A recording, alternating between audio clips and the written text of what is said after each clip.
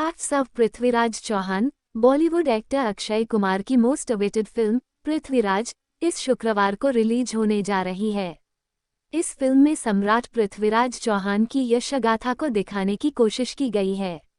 हम आपको फिल्म आने से पहले सम्राट पृथ्वीराज चौहान की वीरता कहानियों बारे में बताने जा रहे हैं। आपको जानकर हैरानी होगी, आंख नहीं होने के बाद भी सम्राट पृथ्वीराज चौहान ने मोहम्मद गौरी को मार गिराया था। सम्राट पृथ्वीराज चौहान वंश के हिंदू क्षत्रिय राजा थे। उत्तर भारत में 12वीं सदी के उत्तरार्ध में उन्होंने अजमेर और दिल्ली पर राज किया था। सम्राट पृथ्वीराज चौहान का जन्म साल 1166 में अजमेर के राजा सोमेश्वर चौहान के घर हुआ था। गुजरात में जन्मे सम्राट पृथ्वीराज चौहान बचपन से ही प्रतिभा दिखाई देती थी। दिल्ली के राजा अनंगपाल द्वितीय की इकलौती बेटी कर्पूरी देवी पृथ्वीराज चौहान की मां थीं। पिता की मृत्यु के बाद 13 साल की उम्र में ही उन्होंने अजमेर के राजगढ़ की गद्दी संभाल ली। बचपन में ही कुशल योद्धा रहे सम्राट पृथ्वीराज चौहान ने युद्ध के कई गुण सीख थे। बाल्यकाल में ही उनके अंदर योद्धा बनने के सभी गुण आ गए थे। दिल्ली के शासक और पृथ्वीराज चौहान के दादा अंगम ने पृथ्वीराज चौहान के साहस और बहादुरी की कहानियां सुनी तो बहुत प्रभावित हुए। इसके बाद उन्होंने पृथ्वीराज चौहान को दिल्ली के सिंहासन का उत्तराधिकारी बनाने का ऐलान कर दिया। पृथ्वीराज की एक कहानी प्रचलित है कि वो इतने शक्तिशाली थे कि एक बार बिना किसी हथियार के शेर को मार दिया था। दिल्ली राज सिंहासन की गद्दी संभालने के बाद पृथ्वीराज चौहान ने किला राय पिथौरा को बनवाया था। उन्होंने सिर्फ 13 साल की उम्र में ही गुजरात के पराक्रमी शासक भीमदेव को युद्ध में हरा दिया था।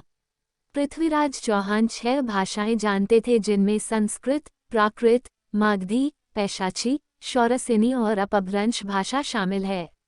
इसके साथ ही उनको मीमांसा, वेदांत, गणित, पुराण, इतिहास, सैन्य विज्ञान और चिकित्सा शास्त्र का भी ज्ञान था। पृथ्वीराज चौहान की तरह ही उनकी सेना भी बलवान थी। इतिहासकारों के मुताबिक 300 हाथी तथा 3 लाख सैनिक पृथ्वीराज की सेना में शामिल थे। इनमें बड़ी संख्या में घुड़सवार भी शामिल थे। भारतीय इतिहास के सबसे प्रसिद्ध हिंदू राजपूत राजाओं में से एक पृथ्वीराज चौहान का राज्य राजस्थान और हरियाणा तक फैला था। साहसी और युद्ध कला में निपुण सम्राट पृथ्वीराज चौहान बचपन से ही तीर कमान और तलवारबाजी पसंद करते थे। पृथ्वीराज चौहान को कन्नौज के राजा जयचंद की बेटी संयोगिता से प्रेम हो गया था। इसके बाद वह संयोगिता को स्वयंवर से ही उठा ले गए और गंधर्व विवाह किया। हालांकि संयोगिता के पिता राजा जयचंद और पृथ्वीराज चौहान की आपस में नहीं बनती थी। शादी के लिए जयचंद राजी नहीं थे। संयोगिता को उठा ले जाने के बाद जयचंद ने पृथ्वीराज से दुश्मनी मान ली। चंदबरदाई और पृथ्वीराज चौहान बचपन के दोस्त थे। इसके बाद चंदबरदाई एक कवि और लेखक बने थे। उन्होंने महाकाव्य पृथ्वीराज रासो लिखा है। प्रथम युद्ध में सन 1191 में मुस्लिम शासक सुल्तान मोहम्मद शहाबुद्दीन गौरी ने पृथ्वीराज चौहान को कई बार हराना चाहा, लेकिन उसको सफलता नहीं मिली। पृथ्वीराज चौहान ने युद्ध में मोहम्मद गौरी को 17 बार हराया। इसके अलावा वह इतने दरियादिली थे कि मोहम्मद गौरी को कई बार माफ कर दिया और छोड़ दिया। 18वीं बार मोहम्मद गौरी ने जयचंद की मदद ली और युद्ध में पृथ्वीराज चौहान को हरा दिया। इसके बाद उन्हें बंदी बना लिया और अपने साथ लेकर चला गया।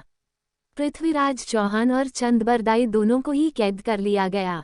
मोहम्मद गौरी ने सजा के तौर पर पृथ्वीराज की आंखों को गर्म सलाखों से फोड़वा दिया।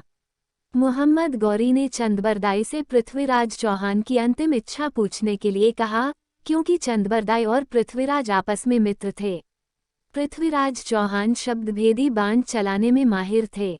मोहम्मद गौरी को इस बात की जानकारी दी गई, जिसके बाद उसने कला प्रदर्शन के लिए इजाजत दे दी। पृथ्वीराज चौहान को जहां पर अपनी कला का प्रदर्शन करना था, वहां पर मोहम्मद गौरी भी मौजूद था। पृथ्वीराज चौहान ने चंदबरदाई के साथ मिलकर मोहम्मद गौरी को मारने की योजना पहले ही बना ली थी। महफिल शुरू होने वाली थी, तभी चंदबरदाई ने एक दोहा कहा, 4 बांस 24 गज, अंगुल अष्ट प्रमाण, ता ऊपर सुल्तान है मत चूके चौहान। चंदबरदाई ने पृथ्वीराज चौहान को संकेत देने के लिए इस दोहे को पढ़ा था। इस दोहे को सुनने के बाद मोहम्मद गोरी ने जैसे ही शाबाश बोला, वैसे ही अपनी आंखों को गंवा चुके पृथ्वीराज चौहान ने मोहम्मद गोरी को अपने शब्दभेदी बाण से मार दिया। हालांकि सबसे दुख की बात यह है कि इसके बाद पृथ्वीराज चौहान और चंद बरदाई ने दुर्गति से बचने के लिए एक दूसरे को मार दिया। ऐसे पृथ्वीराज ने अपने अपमान का बदला ले लिया। पृथ्वीराज के मरने की खबर सुनने के बाद संयोगिता ने भी अपनी जान दे दी।